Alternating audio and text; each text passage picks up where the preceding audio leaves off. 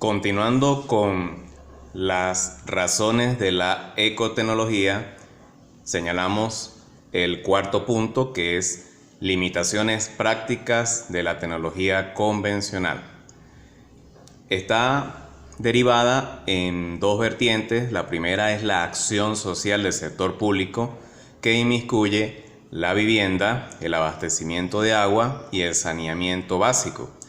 y la subestimación de las estructuras existentes, como la destrucción acelerada de todo el patrimonio cultural y material que se tiene en ese sector, y las faltas de políticas públicas relacionadas con la conservación y mantenimiento de la infraestructura del sector.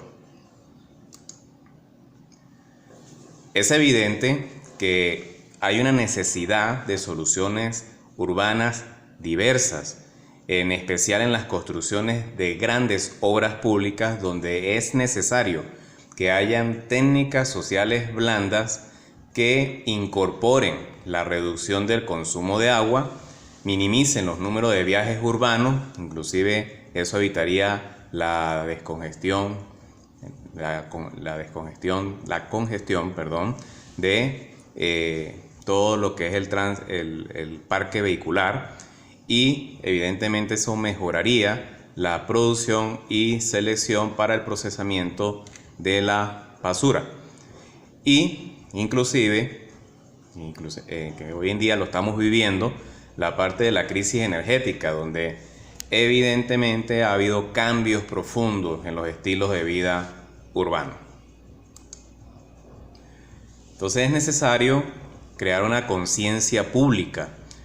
en cuanto a los costos de los servicios colectivos, que tienden a crecer incesantemente. En el caso de nuestro país, pues en verdad no tiene un costo significativo, pero lamentablemente el servicio ha desmejorado cada día más, y eso tiene que ver también mucho con las condiciones de identidad cultural del sector, que dependiendo de sus condiciones contextuales, pues el servicio será de mejor o no valía. Entonces entran las técnicas convencionales, que generan otros efectos en el plano socioeconómico, porque están altamente concentrados de capital y generan pocos empleos, y también generan acentuamiento de las diferencias sociales, inclusive inhibe la participación colectiva en los procesos constructivos de infraestructura sostenible en este momento.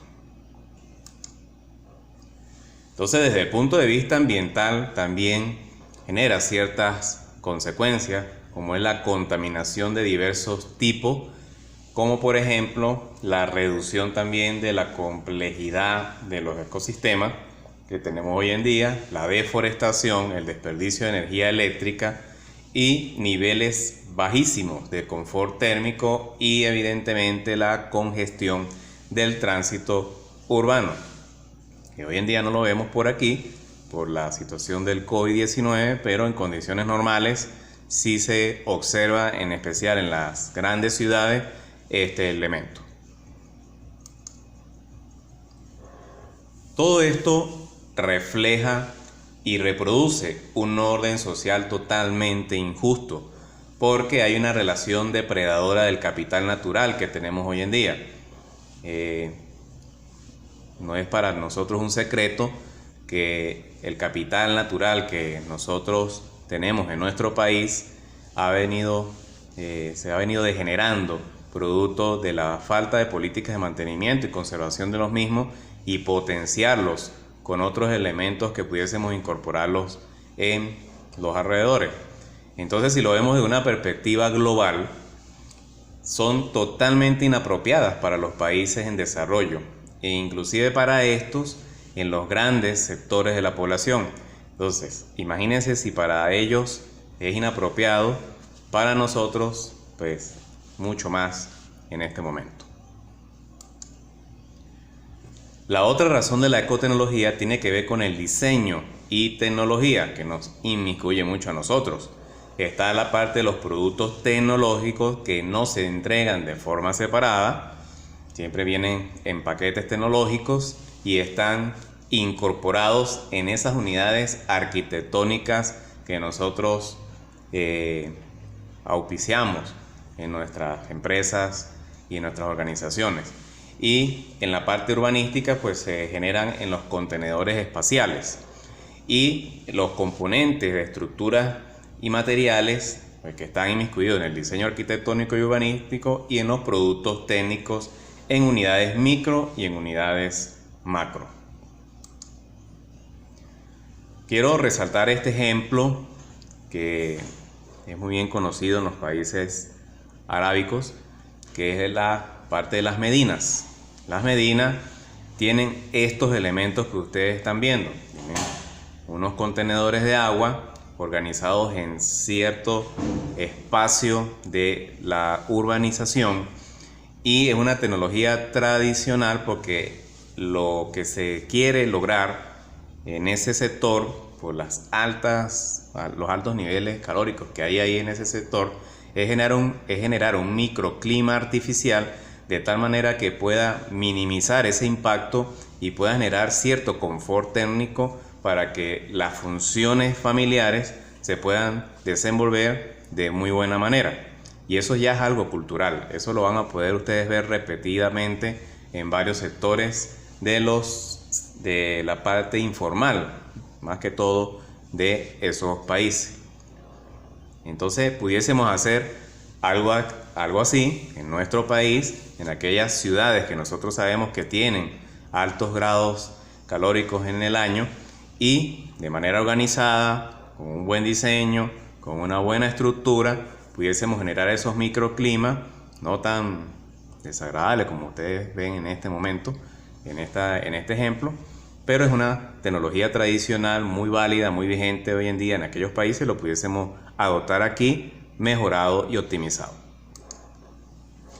Entonces, las ecotecnologías, usando una tecnología adecuada, pudiese enlazarse con todos los aspectos arquitectónicos, ingenieriles y de urbanismo que también deben ser adecuados, y que el diseño debe ser una actividad esencialmente local, sin abstraernos de la realidad geográfica, social y cultural. No podemos pensar que un diseño que hagamos nosotros en la ciudad de Mérida pueda servir en su totalidad para Puerto La Cruz, se me ocurre en este momento, Maturín, ¿no? Esas ciudades que en verdad tienen otras condiciones climáticas.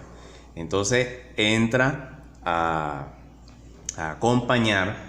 una de las ramas asociadas a la ecotecnología, como es el ecodiseño, que tiene un reconocimiento creciente y que se ha generado como una necesidad de acuerdo entre los diseños arquitectónicos, ingenieriles y el ambiente hoy en día. Entonces, ¿qué genera el ecodiseño? Es una línea de pensamiento contemporáneo que está inmiscuido con el ecodesarrollo y la ecotecnología, que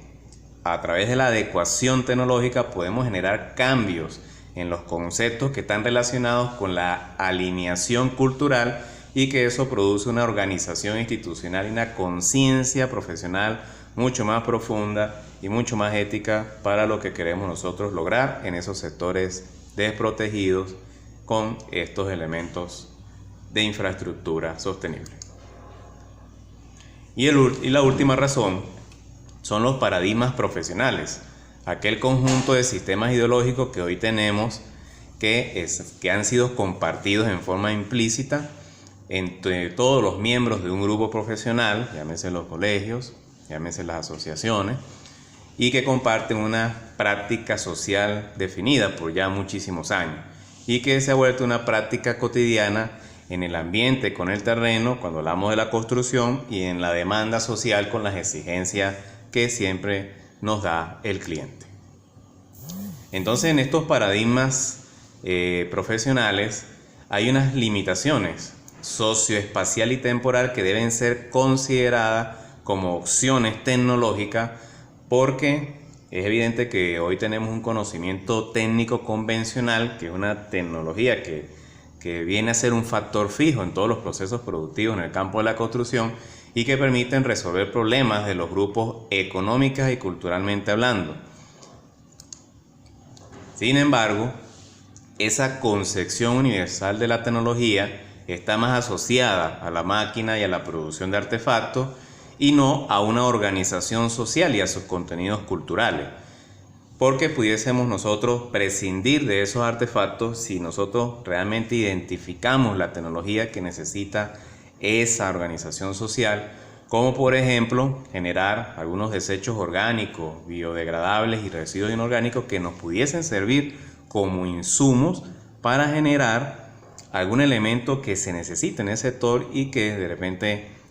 sea considerado un desecho, pero que para nosotros es un material sumamente importante para un elemento constructivo de esa infraestructura que estemos desarrollando. Entonces el ingeniero y el arquitecto hoy en día practican deliberadamente la profesión, siempre apoyado o siempre fijado a través de un cliente individual, y es visible en los aspectos funcionales y estéticos que nosotros vemos en la arquitectura privada. No sujeta a un control social, no inmiscuido a veces con el contexto de acción en el cual se desenvuelve. Entonces, dentro de los paradigmas profesionales debemos nosotros saber que la planificación urbana siempre genera falsas concepciones paradigmáticas, porque siempre se nos imponen los métodos de análisis y evaluaciones de condiciones bastante precarias, porque no estudiamos realmente los elementos importantes que necesita ese sector para poder desenvolverse en un contexto urbano que esté adaptado a las necesidades realmente que se necesitan en ese momento. Asimismo, hay una actitud inconsciente porque se provienen de muchas actitudes de esta manera por políticas deliberadas del sector público que siempre son generadas por presiones de iniciativa privada, y por eso tenemos los resultados que tenemos hoy en día, que en verdad deja mucho que desear de los aspectos relacionados con la sostenibilidad que necesitamos hoy en el mundo. Para finalizar este punto, hay una necesidad de definir nuevas prácticas constructivas. Eso es sumamente necesario que lo tengamos presente. Que los roles sociales son muy importantes para los profesionales que estamos involucrados en el hábitat humano, y que la formación y capacitación de recursos humanos, hoy en día llamado talento humano, equipo de alto desempeño, también sea como una educación general, que esté siempre presente todos aquellos criterios de sustentabilidad que debemos nosotros aplicar en la infraestructura urbana.